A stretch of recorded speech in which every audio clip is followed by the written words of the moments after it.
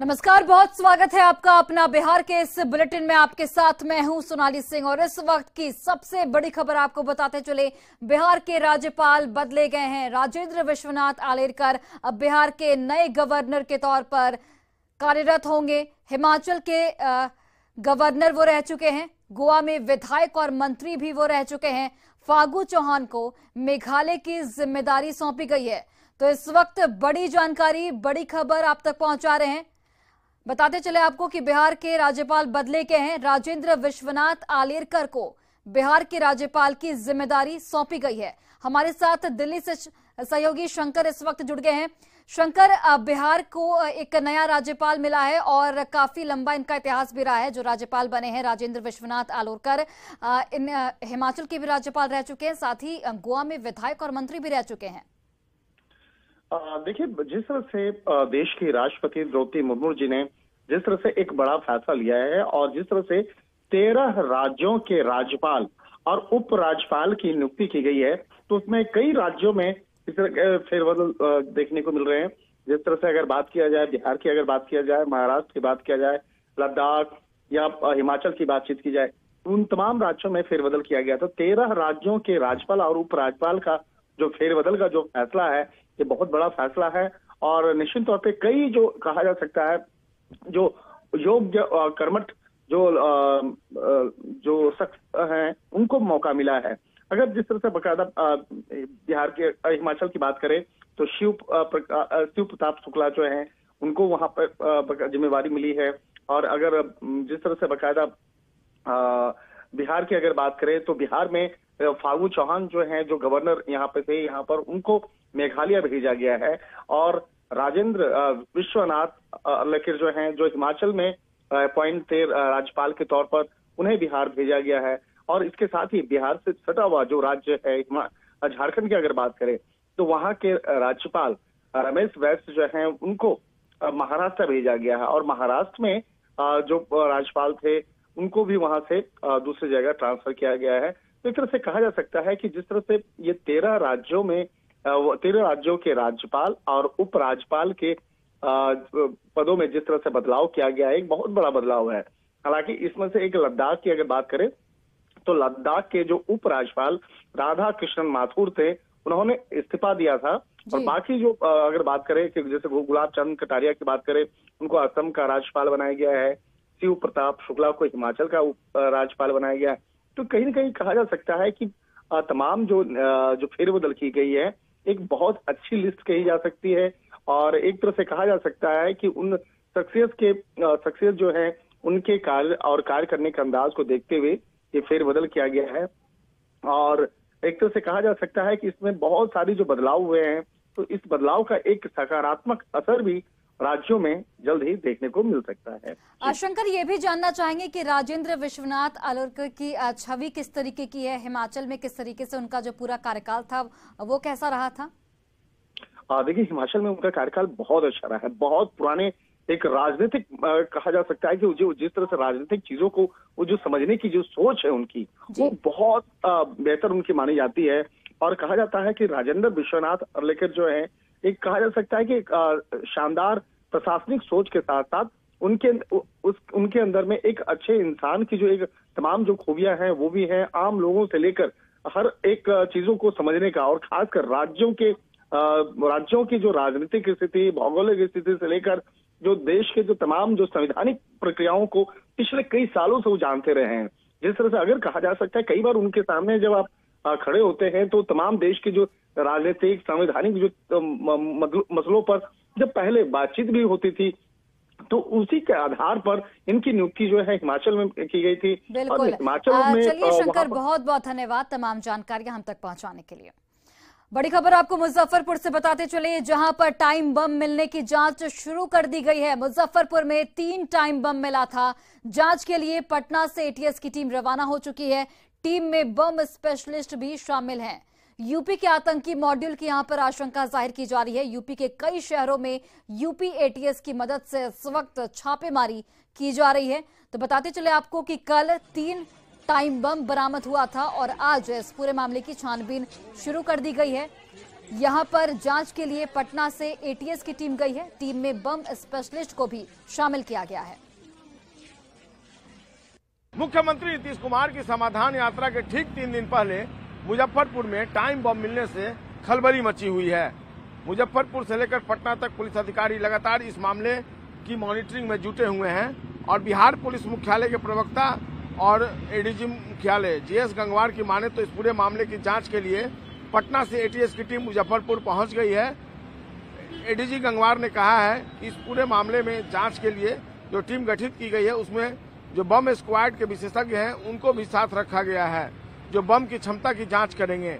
ATS के अधिकारियों ने जो स्थानीय पुलिस अधिकारी हैं मुजफ्फरपुर से उनसे इनपुट ली है। उसके बाद जांच प्रक्रिया जो है वो तेज कर दी गई है। उधर इस पूरे मामले में जो जानकारी मिली है उसके अनुसार यूपी के कई शहरों में यूपी एटीएस की मदद से दूसरी एजेंसियां जो है वो छापेमारी में जुटी हुई हैं। अब तक की जांच में यह बात प्रमुख रूप से सामने आई है कि जो मुजफ्फरपुर में टाइम बम मिला है यह टाइम बम स्मैक की सूचना पर जब पुलिस छापेमारी करने पहुंची थी उस वक्त मिला था। मिठनपुरा पुलिस को 3 कोठिया मोहल्ले के घर से ये तीनों टाइम बम मिले हैं। यह बात जांच में आई है कि कम विस्फोट क्षमता वाला यह टाइम बम है और इसे किसी विशेषज्ञ द्वारा तैयार किया गया है। यह टाइमर युक्त जो इलेक्ट्रॉनिक सर्किट है उससे लैस है। स्विच को लगाने में बस 10 मिनट लग सकता था। इसके बाद यह बम सक्रिय हो जाता। जो टाइमर है उसको टाइमर पर निर्धारित टाइम पर इसका सर्किट पूरा हो जाता और इसमें विस्फोट भी हो जाता। भले ही यह कम क्षमता का टाइम बम था लेकिन भीड़ भाड़ वाले स्थानों पर विस्फोट कराने पर जान माल की भारी क्षति हो सकती थी। बम बनाने में किसी प्रकार की विस्फोटक सामग्री का भी इस्तेमाल किया गया है। इसकी जांच एजेंसियां कर रही हैं। सुरक्षा एजेंसियों ने बम को अपने कब्जे में ले लिया है। मुजफ्फरपुर पुलिस और पटना पुलिस मुख्यालय जो है उसके जो सूत्र हैं वो बता रहे हैं कि यूपी के आतंकी मॉड्यूल से कनेक्शन हो सकता है इसका और इसको लेकर यूपी के कई शहरों में जो एटीएस है और दूसरी एजेंसियां हैं वह जांच कर रही हैं। जो मामा भांजा हैं उनसे इस पूरे मामले में भी पूछताछ कर रही है। लेकिन निश्चित तौर पर जिस तरीके से टाइम बम मिलने का यह मामला है इसको आसानी से नहीं लिया जा सकता और यही कारण है कि मुजफ्फरपुर पुलिस जो है वो लगातार जो एटीएस की टीम गई हुई है उससे सहयोग कर रही है। कई जो बिंदु सामने आए हैं उस पर जांच आगे बढ़ रही है। कैमरा पर्सन दीपक के साथ संजय कुमार, न्यूज 18 पटना। और वहीं देखिए आरा में इन दिनों एक वीडियो सोशल मीडिया पर तेजी के साथ वायरल हो रहा है जिसने आरा के जेल प्रशासन पर गंभीर सवाल खड़े कर दिए हैं। वायरल वीडियो आरा मंडल कारा का बताया जा रहा है जिसमें दिख रहा है कि शख्स खुद को 23 जनवरी 2015 में हुए आरा सिविल कोर्ट बम ब्लास्ट का आरोपी अखिलेश उपाध्याय बता रहा है। वो ये भी कह रहा है कि वो आरा कोर्ट बम कांड का आरोपी भी है। वीडियो में दिख रहा बंदी आरा मंडल कारा में हो रहे अनैतिक गतिविधियों को उजागर करते हुए वीडियो के माध्यम से बताने की कोशिश कर रहा है कि किस तरह से मंडल कारा में कारा प्रशासन उससे हेरोइन, गांजा और अन्य मादक पदार्थ बिचवाने का काम करवा रहे हैं। हालांकि न्यूज 18 इस वीडियो की पुष्टि नहीं करता है।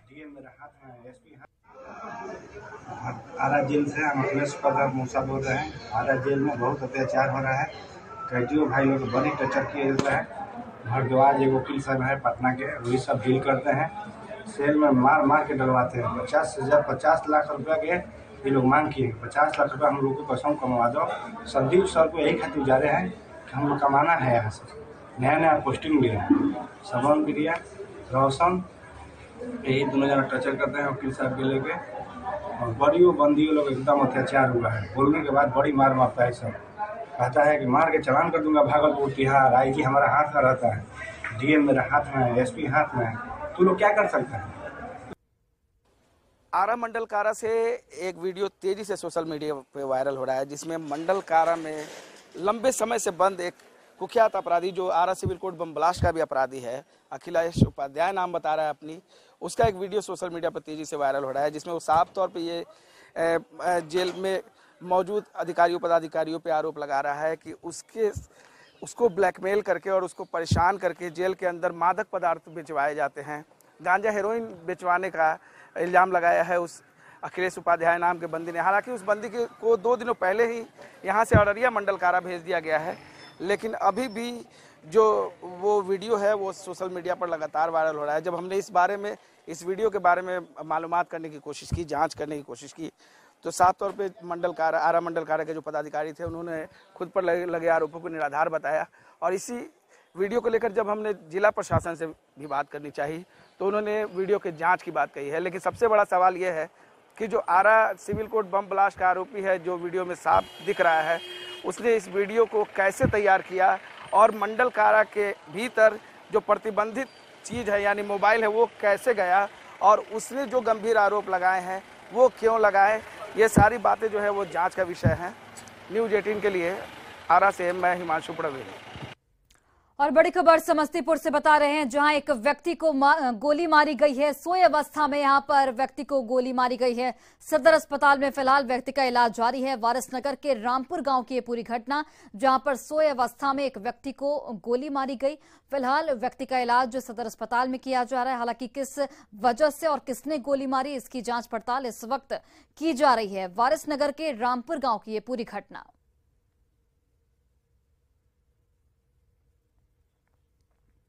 कटिहार से बड़ी खबर सामने आ रही है, जहां पर कुर्सेला में NH 31 पर भीषण सड़क हादसा हुआ है। 2 गाड़ियों की टक्कर में 3 लोगों की दर्दनाक मौत हो गई है। कटिहार से स्कॉर्पियो जो है वो भागलपुर की ओर जा रहा था। टक्कर में स्कॉर्पियो के परखच्चे भी उड़ गए हैं। बेगूसराय के रहने वाले सभी मृतक बताए जा रहे हैं। शव को कब्जे में लेकर पुलिस फिलहाल छानबीन में जुटी हुई है। तो आप तस्वीरें देखिए, जहां पर स्कॉर्पियो के परखच्चे उड़ गए, 3 लोगों की यहां पर दर्दनाक मौत हो गई। टक्कर में स्कॉर्पियो पूरी तरह से क्षतिग्रस्त हो चुका है। फिलहाल जो जानकारी निकलकर सामने आ रही है कि सभी मृतक बेगूसराय के रहने वाले थे। फिलहाल शव को पोस्टमार्टम के लिए भेज दिया गया है। और देखिए, बिहार सरकार दम भरती है कि पुलिस आपकी सुरक्षा के लिए है। डीजीपी RS भट्टी कहते हैं कि पुलिस को अपराधियों को दौड़ाना चाहिए। सुदूर जिलों की बात तो छोड़ दीजिए, पटना में ही एक ऐसी शर्मनाक तस्वीर सामने आई है जो पुलिस की कार्यशैली पर बड़ा सवाल खड़ा कर रही है। सचिवालय थाना क्षेत्र के विकास भवन के पास टी स्टॉल लगाने वाली एक महिला की एक गुंडे ने इसलिए जमकर पिटाई कर दी क्योंकि उसने अपनी बेची हुई चाय के पैसे मांगे थे। महिला को गुंडे ने बीच सड़क पर बहुत पीटा। महिला दौड़कर सचिवालय थाना पहुंची, यह सोचकर कि उसे इंसाफ मिल जाएगा। लेकिन महिला का आरोप है कि सचिवालय थानेदार ने ही उसे ही जेल भेज देने की धमकी दे दी। अब सवाल यहां पर यह है कि थाने के पुलिस पदाधिकारी न्याय देने के बजाय महिला को फटकार आखिर क्यों लगाने लग गए। देश की कोई हस्ती नहीं है कि हम लोग के सामने आप बता सकें। आज अचानक एक 2, 3, 4 आदमी आए, ठीक है। उसमें एक एजेंट थे, 2 लड़की थी, 1 लड़का थे। वो लोग आए हैं, बैठे हैं, 5 चाय पिए हैं। 5 चाय पिए, उसके बाद पेमेंट करने यहाँ आए। मैं यहीं पे बैठी हुई थी टेबल पे, पेमेंट करने आए यहाँ। तो मेरे से पूछे कितना हुआ, मैं बोली 60 रुपया। तो बोला मैं 60 रुपया नहीं दूंगा क्योंकि मैं चाय नहीं पिया हूँ, ठीक है। तो मैं बोली भैया आप स्टॉल से 5 चाय तो लेके गए हैं तो वो तो आपको देना ही पड़ेगा। बस इतना ही मैं बोली। वो माँ बहन पे चले गए, गाली गलौज करने लगे, खींचते हुए वहाँ तक मुझे रोड तक लेके गया। हाँ, रोड तक लेके गया, मुझे वहाँ पे भी बहुत ज़्यादा मारा। सब लोग देख रहे थे लेकिन कोई कुछ नहीं किया, ठीक है। मेरे एक रिलेटिव था, बाबू मेरा आया हुआ था गांव से, वो हमको बचाने गया तो उसका सर फाड़ दिया मार के, ठीक है। ईंटा से मार के उसका सर फाड़ दिया। और इतना ज़्यादा मतलब कि वो मारा है ना जो मैं कुछ बोल नहीं सकती हूँ, बहुत ज़्यादा। लेकिन मैं फिर गई थाना में, गई FIR के लिए। तो थानेदार बोलता है जो उल्टा तुम्हें पे केस कर देंगे, तुमको ही जेल भेज देंगे, तुम बस इलीगल तरीके से दुकान चलाते हो, भागो यहाँ से, कोई सपोर्ट नहीं करेंगे। इतने गंदे व्यवहार से थाने वाले मुझे बोले हैं। और देखिए, इस मामले के सामने आने के बाद अब कई सवाल खड़े हो रहे हैं। न्यूज़ 18 सवाल खड़े करता है कि महिला को क्या सुरक्षा नहीं दे सकती पुलिस। सवाल ये कि मदद की जगह आखिर पुलिस की ओर से धमकी क्यों दी गई। सवाल ये कि पब्लिक फ्रेंडली होने का दावा आखिर फिर पुलिस की ओर से क्यों किया जाता है, क्योंकि जो खबर सामने आई है वो इन दावों के बिल्कुल विपरीत है।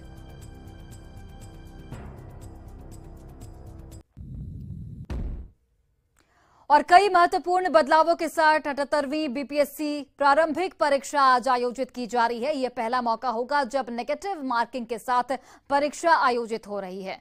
प्रशासन ने निष्पक्ष एवं शांतिपूर्ण परीक्षा के लिए तमाम तरह की तैयारियां कर रखी हैं। हर परीक्षा केंद्र पर सुरक्षा के पुख्ता इंतजाम किए गए हैं। परीक्षार्थियों को परीक्षा के 1 घंटे पहले तक ही सेंटर पर एंट्री मिलेगी। पटना के मिलर हाई स्कूल परीक्षा केंद्र का जायजा लिया सहयोगी संजय कुमार ने। कई महत्वपूर्ण बदलावों के साथ आज बीपीएससी की 68वीं प्रारंभिक परीक्षा हो रही है। और तस्वीर देखिए, राजधानी पटना के मिलर हाई स्कूल पर जो परीक्षा केंद्र बनाया गया है, वहां पर काफी संख्या में जो महिला अभ्यर्थी हैं उनकी यह तस्वीर देखिए। यह बदलते बिहार की तस्वीर है, जहां पर युवतियां सरकारी सेवा में जाने के लिए किस कदर मेहनत कर रही हैं, किस तरह परिश्रम के माध्यम पर वो सरकारी सेवाओं में अपना योगदान देना चाहती हैं, उसकी यह तस्वीर है।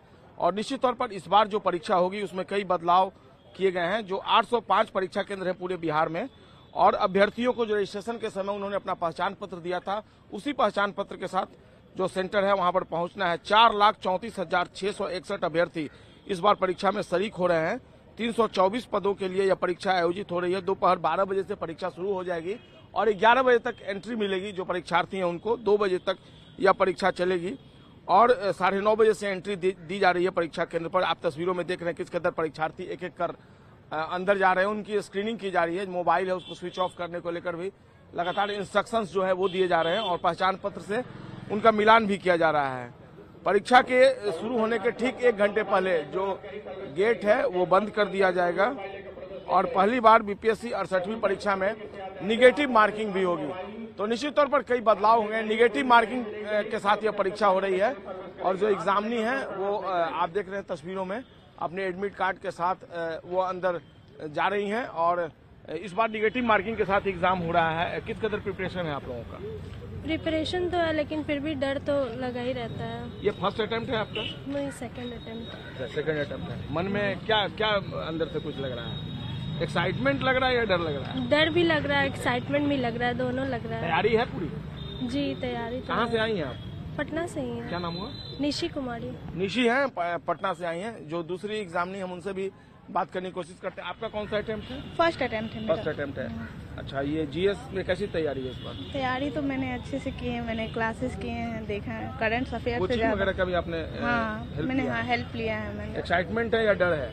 डर तो नहीं, एक्साइटमेंट है। फर्स्ट टाइम मेरा एग्जाम है तो एक्साइटमेंट ज्यादा है। बिल्कुल। क्या नाम हुआ? प्रतिमा। प्रतिमा है। एक्साइटमेंट है। तो निश्चित तौर पर एग्जाम जब हम भी देते थे तो इसी तरह की मनस्थितियों से गुजरते थे और आज जो ये परीक्षार्थी हैं इनका एडमिट कार्ड देखिए और आधार कार्ड के साथ पहचान पत्र लेकर ये पहुंची हैं और इसी तरीके से ये एग्जाम में अपीयर होंगी। सुरक्षा की पुख्ता व्यवस्था की गई है। सेंटर पर मजिस्ट्रेट हैं, पुलिस अधिकारी हैं जो स्क्रीनिंग में हेल्प कर रहे हैं। कैमरा पर्सन दीपक के साथ संजय कुमार, न्यूज़ 18 पटना। और गोपालगंज की बात करें तो गोपालगंज में 12 केंद्रों पर बीपीएससी की प्रारंभिक परीक्षा हो रही है। यहां कुल 7,992 परीक्षार्थी आज परीक्षा में शामिल होंगे। जिला प्रशासन की ओर से सभी केंद्रों पर 200 मीटर की परिधि में निषेधाज्ञा लगाई गई है। परीक्षा केंद्र पर 50 से अधिक दंडाधिकारियों और पुलिस पदाधिकारियों की तैनाती भी यहां पर की गई है। साथ ही गोपालगंज के डीएवी परीक्षा केंद्र का जायजा लिया सहयोगी गोविंद कुमार ने।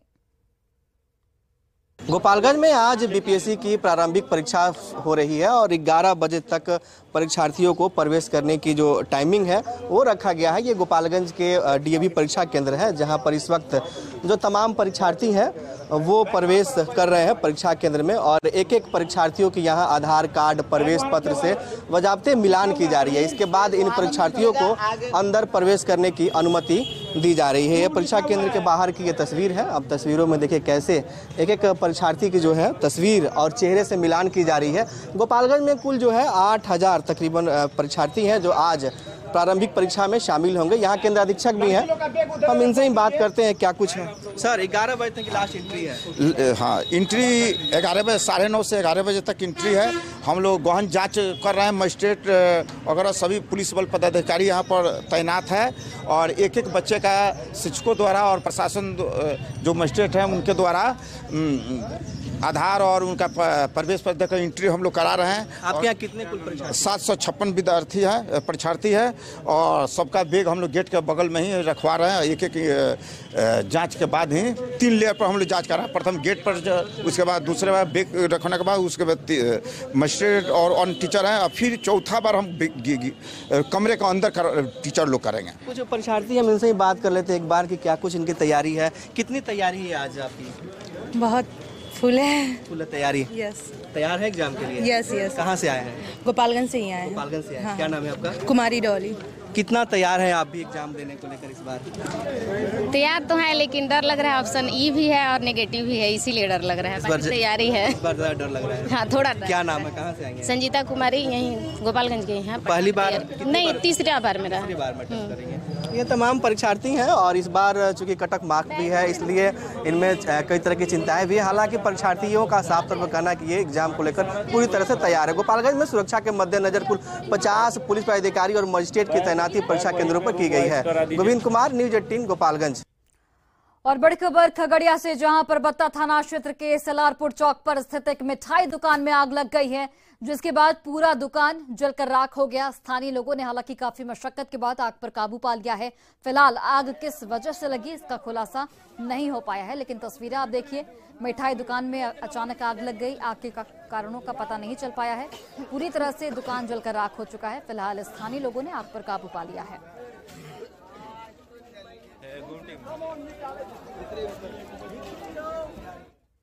और फिलहाल इस बुलेटिन में बस इतना ही। आप देखते रहिए न्यूज 18 बिहार झारखंड।